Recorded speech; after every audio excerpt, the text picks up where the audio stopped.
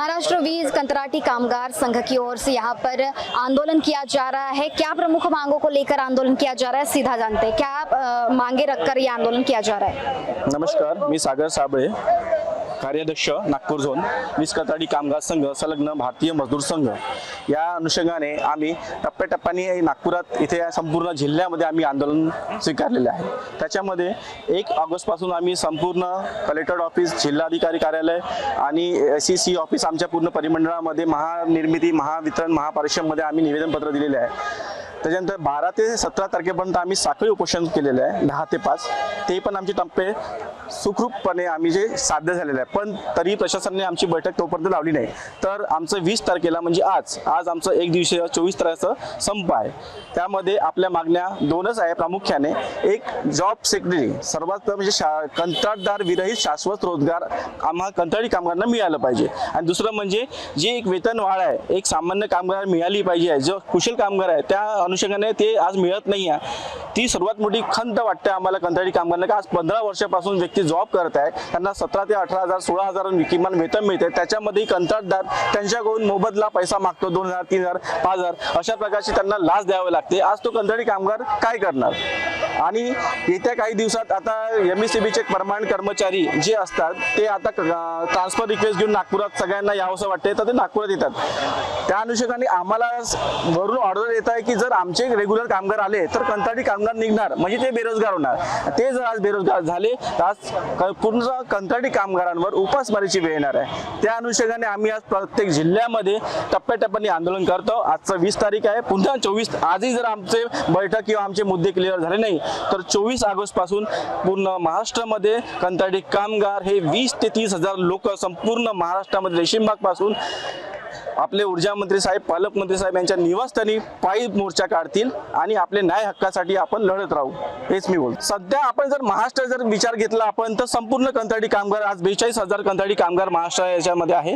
तर संपूर्ण कामगार हे आज रस्त्यावर उतरलेले आहे आज या दिवशी। आणि 24 तारखेपासून हा तीव्र आंदोलन राहील, पूर्ण महाराष्ट्रात राहील। आज सरकारला पण आपल्या जागा करायचं आहे आणि सरकार नक्कीच जागा होईल हे आम्ही आशा करतो। आता सागर भाऊनी सांगितलेलं आहे की जे आमच्या बऱ्याचशा मागण्या आहे, मागे आम्ही संविधान याच स्थळी आम्ही जे मागे उपोषणात बसलो होतो त्यावेळेस फक्त टामाटोल करून जो हा विषय होता तो टामाटोल करून पुढे लांबवण्यात गेलेला आहे। तर आमचं हेच म्हणणं आहे की आम्ही इतके मेहनत करतो, दिवस रात्र कायम कामगारांच्या बरोबर आम्ही सुद्धा त्याच्या दुप्पट पटीने काम करतो। तर आमचं हेच म्हणणं आहे की आम्हाला जे आहे NMR पद्धत आणि शाश्वत रोजगार, बायच्या 60% शाश्वत रोजगार हा मिळायला पाहिजे आणि त्याचबरोबर पेमेंट वाढ ह्या आमच्या महत्त्वाच्या जे मागण्या ते व्हायला पाहिजे, एवढंच मी बोलू शकतो। जे पदाधिकाऱ्यांनी सांगितले म्हणजे आमच्या त्या मागण्या आहेतच, पण आम्ही मागे 7 दिवसाचा कंटिन्यू स्ट्राईक केला होता, तरी पण आतापर्यंत ऊर्जा मंत्र्याचे डोळे काही उघडलेले नाही। याच्यानंतर जे 24 तारखेचं आमचं जे आंदोलन होईल ते तीव्र प्रमाणात राहील। आतापर्यंत आम्ही सर्व प्रोटोकॉल पाळत आहोत।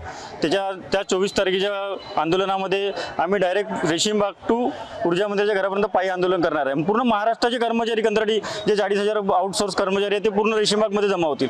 त्याबद्दल आम्ही तुमच्या मीडियाच्या थ्रू त्यांना माहिती देऊ इच्छितो का त्यांनी जागे व्हावे, की नागपुरातले कर्मचारी दरवेळेस संविधान चौकात येतात आणि आंदोलन करतात पण त्यांचे डोळे अजूनही उघडले नाही, हे तुमच्या मीडियाच्या मार्फत पोहोचवावे। ऐसा देखा जाए तो कई शासकीय जो इसमें है, सरकारी इसमें है, उनको और नए तरह से कैसे कंत्राटी तौर पर भर्ती किया जा रहा है, पूरी कंत्राटीकरण पूरी इसका किया जा रहा है। और अभी आपका इस प्रकार से कंत्राटी कर्मचारियों की जो मांगे हैं, तो क्या लगता है कंत्राटी ये भर्ती जो होती है इसका विरोध करना चाहिए? मैडम, पहली बात तो ऐसा है कि मैं नागपुर जिला जोन अध्यक्ष वीज कंत्राटी कामगार महासंघ से हूँ। पहली बात तो सरकार ने मैडम ये सोचने को होना कि जो कंत्राटदार पे जो काम कर रहे लोग हैं कंत्राटी में, तो उनको पहले जो शासन है उसमें समाविष्ट करने को होना, बाद में जो भर्ती है वो भर्ती बाद में निकालने को होना। आज 42,000 जो कामगार है वो उनकी अभी भी उनकी मांगे जो पूरी हुई नहीं है और ये भर्ती पे भर्ती लिए जा रहे हैं। यानी कैसा है, जो कामगार के प्रति जो रोष है वो बढ़ते जा रहा है। यानी कुछ ना कुछ तो उनको तो मिलना होना। आज उनके परिवार का विषय है, बच्चे स्कूल का है। अभी देखा जाए तो कैसा है, इनने विद्युत साइकिल लिस्ट निकाली है जो, और ऑपरेटर भी आ रहे हैं और LDC जो है वो भी लोग आ रहे हैं। यानी जो काम करने वाला जो कंत्राटी कामगार है वो कहाँ जाएगा? आज तो खाली जाएगा ना, खाली हो जाएगा ना। यानी उसके ऊपर तो उपासमारी की तो वेळ आ गई उनके ऊपर। आज देखा जाए तो 40-45 उनकी उम्र हो गई है। आज ऐसा नहीं होता ना मैडम कि 40 से 45 की उम्र में उनको जॉब कहीं तो मिलने को होना करके। आज इथे आम्ही 20 तारखेला जे आंदोलन घेत आहे हे आमच्या मागण्या याच्याच अगोदर पुऱ्या झाल्या नाही, त्यामुळे आपण घेतलेला आहे। आज हा शांततेमध्ये आहे आणि जो 24 तारखेला जो होणार आहे आपला पूर्ण महाराष्ट्रातील कंत्राटी कामगार हे नागपुरात येऊन आले आहे। म्हणजे नागपुरामध्ये ऊर्जा मंत्रालयांच्या घरापर्यंत आपला हा पायदळ हा मोर्चा आहे आपल्याला। याच्यामध्ये जे नवीन जे विद्युत सहाय्यक वगैरे जे घेतल्याची नवीन जे फ्रेश मुलं आहे आणि आम्हाला 15 ते 20 ते वर्ष आलेले आहे, त्या कामामध्ये आम्ही परिपक्व झालेला, एक्सपिरियन्स जास्त झालेला आहे, त्यांना सुद्धा अगोदर दिला पाहिजे, त्याच्यानंतर त्यांना द्यायला पाहिजे असं आमची मागणी होती। पण ते न घेता आम्हाला वयामध्ये अट दिली नाही आहे आणि फॉर्मसाठी आमचं वय आहे ते निघून गेलेलं आहे। आम्ही म्हटलं ते की एनएमआर पद्धती त्यांनी सांगितली की 2005लाच बंद झाली, पण ही अशिवात जी झालेली नाही आहे।